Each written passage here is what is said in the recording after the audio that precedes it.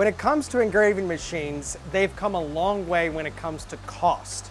And one of my favorite things about xTool is they have a solution on any budget.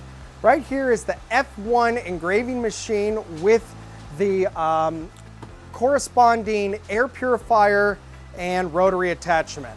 All in, all of this together is right around $1,500.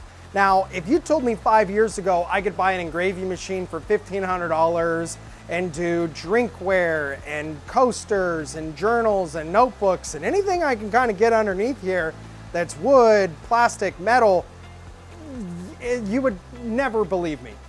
The F1 is a great machine to get started with for engraving.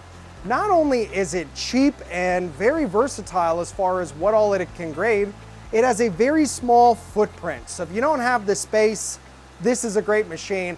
But if you're going to be going to events, or maybe your customer wants you to engrave the side of a car, well, there's not many other engraving machines that allow you to physically put it up against a wall and engrave.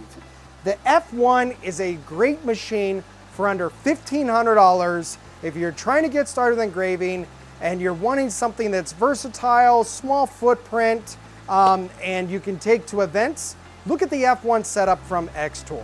Again, that comes with everything you need. When you're buying an engraving machine, you're gonna need the machine. Always look for that rotary attachment. If you're gonna wanna do drinkware, you need a rotary attachment, and that doesn't always come with your standard package. It's often an add-on, and that could be a few $100s. And then lastly, you need a way to purify the vapor that's coming out of the machine. You can exhaust out a window or a door, or you can be using an air purifier like this.